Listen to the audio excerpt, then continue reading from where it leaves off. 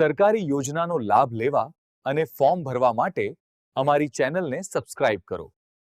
મિત્રો, આજે આપણે વાત કરવાના છીએ જન્મ મરણના દાખલા વિશે.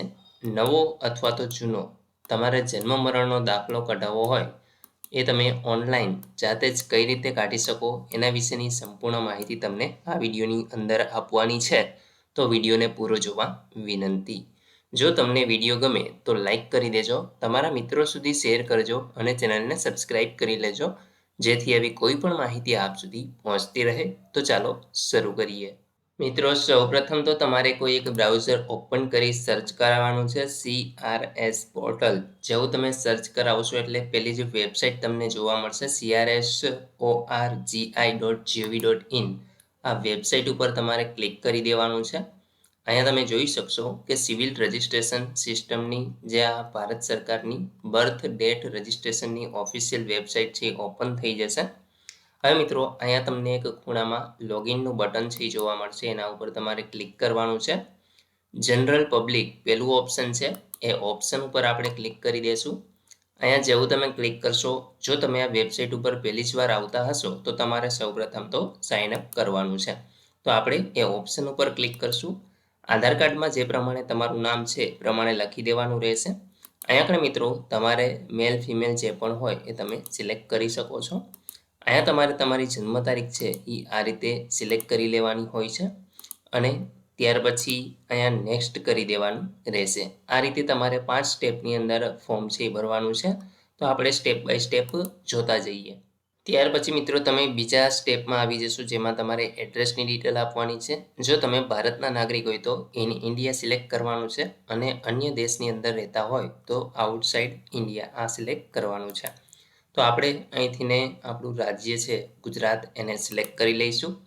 એટલે મિત્રો અહીંયા પ્રોસેસ થશે અને તમને એ પ્રમાણે ગુજરાતના જિલ્લા છે એ જોવા મળશે. તમારો જે પણ જિલ્લો હોય એ તમારે સિલેક્ટ કરી લેવાનો છે. ત્યાર પછી તમારા તાલુકાનું લિસ્ટ છે એ તમને જોવા મળશે, તો તમારે એ રીતે તાલુકો સિલેક્ટ કરવાનો છે. અહીંથીને તમે શહેરી વિસ્તારમાં રહેતા હોય તો ટાઉન સિલેક્ટ કરવાનું છે અને ગ્રામ્ય વિસ્તારની અંદર રહેતા હોય તો વિલેજ સિલેક્ટ કરી દેવાનું છે. અહીંયા આગળ મિત્રો ગામના નામ છે એ તમને જોવા મળશે. તમે જે પ્રમાણે જિલ્લો સિલેક્ટ કરેલ હશે એ પ્રમાણે તમારે ગામનું નામ છે એ સિલેક્ટ કરી લેવાનું છે. ત્યાર પછી અહીંયા આગળ તમારો પિનકોડ જે પણ આવતો હોય તમારા આધાર કાર્ડમાં તમારે જોઈ લેવાનું. વાહેના ભાગમાં એડ્રેસ હોય ત્યાં તમને તમારો પિનકોડ છે એ જોવા મળે છે, તો એ તમારે નાખી દેવાનો છે. અહીંયા આગળ મિત્રો પૂરેપૂરું એડ્રેસ આપવું હોય તો આપી શકો છો, બાકી છોડી પણ શકો છો. જે આ ફુદરી તમને જોવા મળે છે એ ખાના તમામ ભરવાના રહેશે. તો અહીંયા આગળ મિત્રો તમારું જે હાઉસનું નામ હોય, બિલ્ડિંગનું નામ હોય તો એ આપી શકો છો. અહીંયા આગળ એનો નંબર આપી શકો છો. બાકી જે સ્ટ્રીટ અથવા તો કંઈ પણ નજીકનું ફેમસ જગ્યા હોય તો એનું નામ તમારે લખી દેવાનું છે અને અહીંયા આગળ તમને પોસ્ટ ઓફિસ કઈ લાગુ પડે તો એ તમે આપી શકો છો. ત્યાર પછી નેક્સ્ટ આપી દેવાનું રહેશે. તો આપણે મિત્રો તમામ ડિટેલ ભરી અને આગળ વધીએ. ત્યાર પછી મિત્રો ત્રીજું સ્ટેપ છે આધાર અને નેશનાલિટી માટે. તો અહીંયા તમારે તમારો આધાર નંબર છે એ લખી દેવાનો છે અને અહીંયા આપણે ઇન્ડિયન છે એને સિલેક્ટ કરી લેવાનું છે. અહીંયા ટિક માર્ક કરી દેવાનું છે અને નેક્સ્ટ કરી દેવાનું રહેશે. મિત્રો, અહીં તમે જોઈ શકો છો તમારું આધાર કાર્ડ છે એ મેચ થશે અને તમે જે પ્રમાણે અહીંયા આપણે નામ લખેલું હશે એ પ્રમાણે તમને જોવા મળશે. ત્યાર પછી જ તમારું આધાર વેલિડ થશે. તો ખાસ તમારે નામ છે એ વ્યવસ્થિત જોઈને નાખવાનું છે. ત્યાર પછી નેક્સ્ટ કરવાનું છે. અહીંયા તમે જોશો તમારે મોબાઈલ નંબર છે એ આપવાનો છે અને ત્યાર પછી સેન્ડ ઓટીપી કરવાનું છે. તો આપણે મિત્રો અહીંયા આપણો મોબાઈલ નંબર નાખી અને સેન્ડ ઓટીપીના ઓપ્શન ઉપર ક્લિક કરીશું. તમે જોઈ શકો છો કે ઓટીપી છે એને અહીંયા આપણે સેન્ડ કરી દેવામાં આવેલો છે. તો આપણે મિત્રો ઓટીપી આવે એટલે એને વેરીફાઈ કરી લઈશું. તો અહીંયા ઓટીપી છે એ મળી ગયો છે, આપણે એને વેરીફાઈ કરી લઈએ છીએ. અહીંયા મિત્રો તમે જોઈ શકો છો ઓટીપી છે એ સક્સેસફુલી વેરિફિકેશન થઈ ગયો છે. હવે આપણે નેક્સ્ટ કરી દેવાનું છે. અહીંયા આપણે આપણું ઈમેલ આઈડી છે એ આપવાનું છે અને ત્યાર પછી આ જે કેપ્ચા તમને જોવા મળે છે આ કેપ્ચાનો જવાબ છે એ તમારે આપવાનો રહેશે. તો અહીં મિત્રો આપણે કેપ્ચાનો જવાબ છે એ આપી દેવાનો છે અને આ રીતે છે એ સેન્ડ ઓટીપીના ઓપ્શન ઉપર આપણે ક્લિક કરશું. તો અહીંયા આપણે હું મારું ઈમેલ આઈડી છે એને આપી દઉં છું. ત્યાર પછી ફરી આપણે સેન્ડ ઓટીપીના ઓપ્શન ઉપર ક્લિક કરી દઈશું. એટલે મિત્રો અહીં આપણે આપણા મેલ આઈડી ઉપર એક SMS છે એ મોકલવામાં આવશે. તો એ મેલ છે એ તમારે ચેક કરવાનો છે અને જેવો મેલ તમારા ફોનની અંદર અથવા તો જે પણ જગ્યાએ પીસીમાં પણ ખુલેલું હોય તમારું મેલ આઈડી તો એ તમારે ચેક કરી લેવાનું છે અને અહીંયા ઓટીપી છે એ મને મળી ગયો છે તો આપણે એને અહીંયા આગળ નાખી દઈએ છીએ તો અહીંયા ઓટીપી છે એ હું લખી નાખું છું અને ત્યાર પછી વેરીફાઈ આવો ઓપ્શન છે એના ઉપર આપણે ક્લિક કરી લેશું તમે જોઈ શકો છો અહીંયા આગળ રાઈટનું નિશાન આવી ગયું છે અને હવે આપણે અહીંયા રજિસ્ટરના ઓપ્શન ઉપર ક્લિક કરી દઈશું મિત્રો રજિસ્ટ્રેશન છે એ થઈ ગયું છે તમે જોઈ શકો છો રજિસ્ટ્રેશન સક્સેસફુલ આવો તમને મેસેજ જોવા મળશે હવે તમે જે મોબાઈલ નંબરથી રજિસ્ટ્રેશન કરેલું છે એ મોબાઈલ નંબર આપણે અહીંયા આપણે લખી દઈશું અને ત્યાર પછી આ જે કેપ્ચા તમને જોવા મળે છે એ સિમ્પલ ગણિતની અંદર તમારે એનો જવાબ છે એ આપવાનો હોય છે તો એ જવાબ છે એ તમારે આપી દેવાનો છે અને અહીંયા લોગિનના બટન ઉપર ક્લિક કરવાનું છે એટલે ફરી પાછો તમે જે રજિસ્ટ્રેશન કરેલો મોબાઈલ નંબર છે એના ઉપર એક ઓટીપી છે એ મોકલવામાં આવશે તો અહીંયા આગળ મને ઓટીપી છે એ મળી ગયો છે અને આ રીતે તમારે લોગિન છે એ થઈ જવાનું રહેશે મિત્રો તમે જોઈ શકો છો અહીંયા આગળ તમને બર્થ ડેથ અને સ્ટીલ બર્થ આ 3 ઓપ્શન છે જોવા મળે છે મિત્રો અહીંયા બર્થની અંદર તમે ઓપ્શન જોવા મળે છે એડ ઓલ્ડ બર્થ ઇવેન્ટ જો જૂના તમારે બર્થ સર્ટિફિકેટ અહીંયા આગળ કાઢવાના હોય તો એ રીતે તમે આ ઓપ્શન સિલેક્ટ કરી શકો છો બાકી નવા માટે પણ અહીંયા આગળ તમે જોઈ શકો છો ઓપ્શન આપેલા છે તો મિત્રો આપણે જૂનું જે બર્થ સર્ટિફિકેટ છે એ જોઈએ છીએ તો અહીંયા આપણે ઓલ્ડ બર્થ ઇવેન્ટ આ ઓપ્શનને આપણે સિલેક્ટ કરશું બાકી ડેથ માટે પણ આપણે એક અલગ વિડીયો છે એ બનાવશું તો તમે ચેનલ સાથે જોડાયેલા રહેજો અહીંયા મિત્રો તમારે લીગલ ઇન્ફોર્મેશન આપવાની છે તમે જોઈ શકો છો બર્થ સર્ટિફિકેટનું આ ફોર્મ છે એ ખુલી ગયું છે અહીંથી આપણે પહેલાં તો રાજ્યને સિલેક્ટ કરી લેવાનું છે તો આપણે ગુજરાત રાજ્યને સિલેક્ટ કરી લઈએ છીએ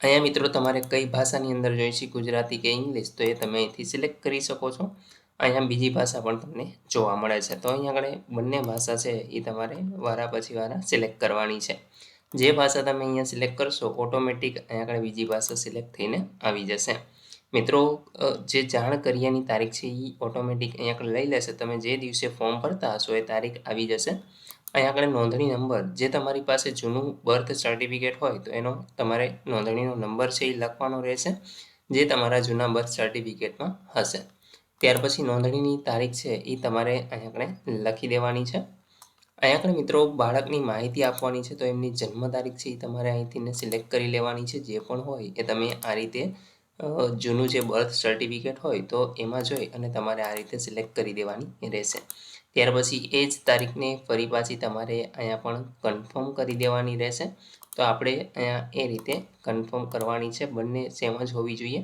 ત્યાર પછી મિત્રો તમારા જન્મનો સમય છે એ શું હતો તો એ તમારે અહીંયા આપણે આપી દેવાનો રહેશે તો આ રીતે તમે સિલેક્ટ કરી શકો છો બાકી જો તમને ખબર ન હોય તો તમે આને છોડી પણ શકો છો બાકી અહીં આપણે જાતિ સ્ત્રી કે પુરુષ જે પણ હોય સિલેક્ટ કરવાની છે મિત્રો તમારે ક્યુ આઈડી આપવું છે તો અહીંયા આપણે આધાર સિલેક્ટ કરી લેશું બાકી ઈઆઈડી પણ તમે આપી શકો છો તો આપણે અહીંયા આધાર સિલેક્ટ કરશું અને આધાર નંબર અહીંયા આપવાનો રહેશે ત્યાર પછી મિત્રો બાળકની માહિતી આપવાની છે અહીંયા આપણે બાળકનું ફર્સ્ટ નેમ મિડલ નેમ અને લાસ્ટ નેમ એ જ રીતે ગુજરાતીમાં પણ અહીંયા ઓટોમેટિક આવી જશે જો શબ્દમાં કોઈ ફેરફાર હોય તો એ તમે સુધારી અને લખી શકો છો ત્યાર પછી બાળકનું જે નામ છે એને કન્ફર્મ કરવાનું રહેશે same first name last name અને મિડલ નેમ આ તમે વ્યવસ્થિત ચેક કરી લેજો ત્યાર પછી પિતાની માહિતી આપવાની છે જેમાં ફર્સ્ટ નેમ મિડલ નેમ અને લાસ્ટ નેમ એ જ રીતે ગુજરાતીની અંદર તમારે મોબાઈલ નંબર ઈમેલ આઈડી અને આધાર નંબર આપવાનો રહેશે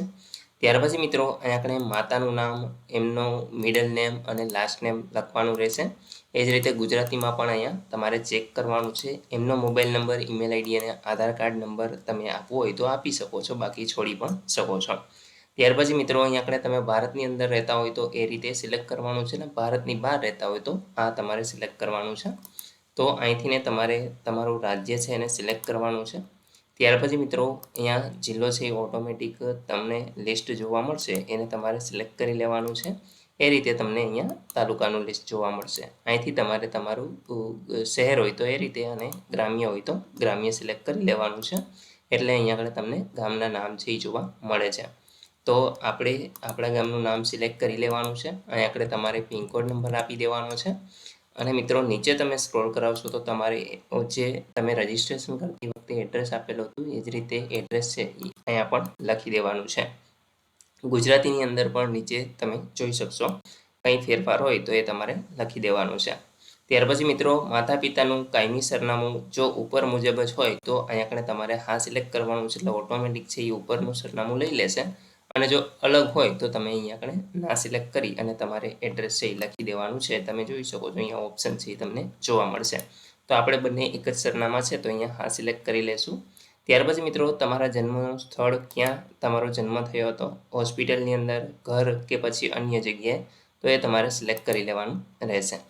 ત્યાર પછી મિત્રો અહીંયા તમારા બાળકના જન્મ સમયે બાળકનું જન્મ સ્થળ અને માતા પિતાનું સરનામું એક જ હતું કે શું, તો એ તમે અહીંથી સિલેક્ટ કરી શકો છો. જો અલગ હોય તો ટીકમાર્ક હટાવી અને તમારે એડ્રેસ આપી દેવાનું રહેશે. ત્યાર પછી મિત્રો અહીંયા આપણે જે રજિસ્ટ્રેશન યુનિટ છે એ કઈ જગ્યાએ હતું, તો અહીંયા ધુવામ ગ્રામ પંચાયત તમે જોઈ શકો છો, મારે એ હતું તો એ મેં અહીંયા આપણે સિલેક્ટ કરી લીધું છે. બાકી તમારે જે પણ હોય એ તમે સિલેક્ટ કરી શકો છો. હવે મિત્રો અહીંયા આપણે તમારે ડોક્યુમેન્ટ છે એને અપલોડ કરવાનું છે. તો મિત્રો અહીંયા આગળ તમે જોઈ શકો છો આપણે ડોક્યુમેન્ટ છે અપલોડ કરવાના છે, પરંતુ હજી ફોર્મ ભરેલું નથી એટલા માટે અમાન્ય ફોર્મ રજૂ કરેલ છે એવું આપે છે. તમે જોઈ શકો છો અહીંયા કૃપા કરીને તમામ જરૂરી માહિતી ભરો. તો આપણે મિત્રો પહેલાં માહિતી ભરી લેશું એટલે આ ઓપ્શન છે એ અપલોડ કરવાનું એક્ટિવ થઈ જશે. અને ત્યાર પછી આપણે જે જૂનો જન્મ તારીખનો દાખલો છે એને અપલોડ કરવાનો રહેશે અને ત્યાર પછી આગળની પ્રોસેસ થશે. તો આપણે આ તમામ વિગત ભરી અને આગળ વધશું. તમે જોઈ શકો છો મિત્રો અહીંયા આપણે બધી જ ડિટેલ ભર્યા પછી આ અપલોડ ડોક્યુમેન્ટનો ઓપ્શન છે એ ખુલી ગયો છે. હવે મિત્રો આમાં ડોક્યુમેન્ટ તમે જે જૂનો દાખલો અપલોડ કરો છો એ જેપીજી, પીએનજી અથવા તો પીડીએફ ફોર્મેટની અંદર 8 MB અથવા તો એનાથી ઓછી ફાઇલ સાઇઝ જ હોવી જોઈએ. તો મિત્રો અહીંયા આગળ ડોક્યુમેન્ટ ટાઈપ તમે જોઈ શકો છો ઓલ્ડ બર્થ સપોર્ટિંગ ડોક્યુમેન્ટ, તો આને આપણે સિલેક્ટ કરીશું અને અહીંયા આગળ બ્રાઉઝ એન્ડ અપલોડ આ ઓપ્શન છે તો એના ઉપર આપણે ક્લિક કરી દેવાનું છે. એટલે મિત્રો આ પ્રકારે તમે જોઈ શકો છો કે એક પેજ છે ખુલી જશે. તમારું જે પણ જગ્યાએ ડોક્યુમેન્ટ હોય એ રીતે તમારે છે એ સિલેક્ટ કરી અને ત્યાર પછી એને અપલોડ કરી દેવાનું રહેશે. તો અહીં મિત્રો તમે જોઈ શકો છો કે અહીંયા સર્ટિફિકેટ છે આપણે અપલોડ કરી દીધું છે. આ પ્રકારે રાઇટનું નિશાન તમને જોવા મળશે અને હવે આપણે નેક્સ્ટના ઓપ્શન ઉપર ક્લિક કરશું. જેવું તમે ક્લિક કરશો અહીંયા લીગલ ઇન્ફોર્મેશન અપડેટ સક્સેસફુલીનો ઓપ્શન તમને જોવા મળે છે. અહીંયા મિત્રો તમારી બધી જ ડિટેલ છે એ તમને જોવા મળશે. તમારું પૂરેપૂરું નામ ઇંગ્લિશ અને ગુજરાતી બંનેની અંદર તમારો આધાર નંબર, તમે જેટલી પણ ડિટેલ ભરેલી છે એડ્રેસ સહિતની એ તમામ તમારે ચેક કરી લેવાની રહેશે. અહીંયા આપણે નીચે સ્ક્રોલ કરાવી અને જોઈ લઈએ તો આ બધી જ ડિટેલ છે એ તમારે અહીંયા આપણે જોઈ લેવાની છે. ત્યાર પછી અહીંયા ટીક માર્ક છે કરી દેવાનું રહેશે અને કન્ફર્મના ઓપ્શન ઉપર ક્લિક કરી દેવાનું રહેશે. તો મિત્રો આ રીતે તમે તમારું જે બર્થ સર્ટિફિકેટ છે એ એપ્લાય કરી શકો છો. આશા રાખું છું કે તમને આ વિડીયોની અંદર સંપૂર્ણ માહિતી મળી ગઈ છે. તેમ છતાં પણ કોઈ પ્રશ્ન હોય તો કોમેન્ટ દ્વારા પૂછી શકો છો. વિડીયોને લાઇક કરી દેજો, તમારા મિત્રો સુધી શેર કરજો અને ચેનલને સબસ્ક્રાઈબ કરી લેજો જેથી આવી કોઈ પણ માહિતી આપ સુધી પહોંચતી રહે.